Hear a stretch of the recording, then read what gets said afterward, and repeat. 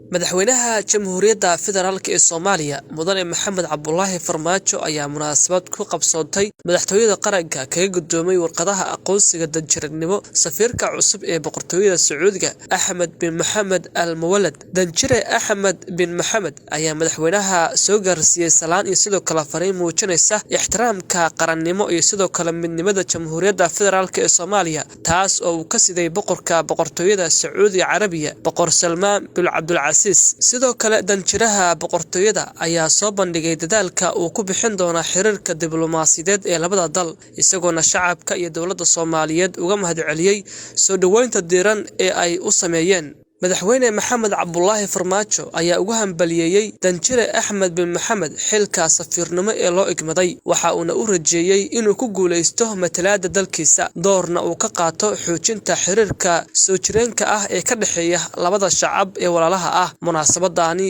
oo madaxweynuhu ka guddoomay warqadaha aqoonsiga safiirnimo danjire Axmed bin Maxamed waxaa goobjoog ka ahaa wasiirka wasaaradda arrimaha dibadda iyo sidoo kale iskaashiga caalamiga ah Cabdisaciid Muuse agaasimaha guud ee madaxtooyada qaranka Maxamed Cabdullaahi Ciise iyo sidoo kale agaasimaha arrimaha carabta ee wasaaradda arrimaha dibadda iyo iskaashiga caalamiga ah Mustafa Aadam Dagaal. Yaxya Farxaan Aadan, warbaahinta Sooyaal, magaalada Caabud Waaq.